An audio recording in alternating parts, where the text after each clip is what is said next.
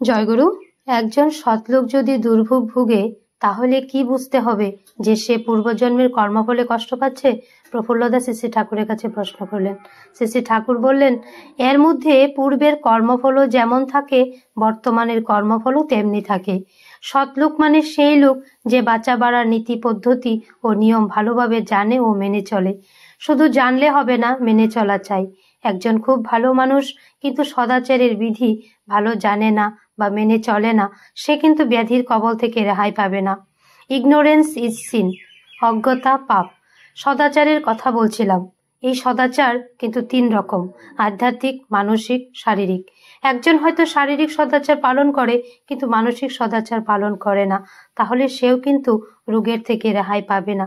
সে যদি অযথা হতাশা ও অবসাদজনক চিন্তায় গা ঢেলে দেয়, তাতেও তার স্নায়ু দুর্বল হবে এবং ধীরে ধীরে রোগের সৃষ্টি হবে।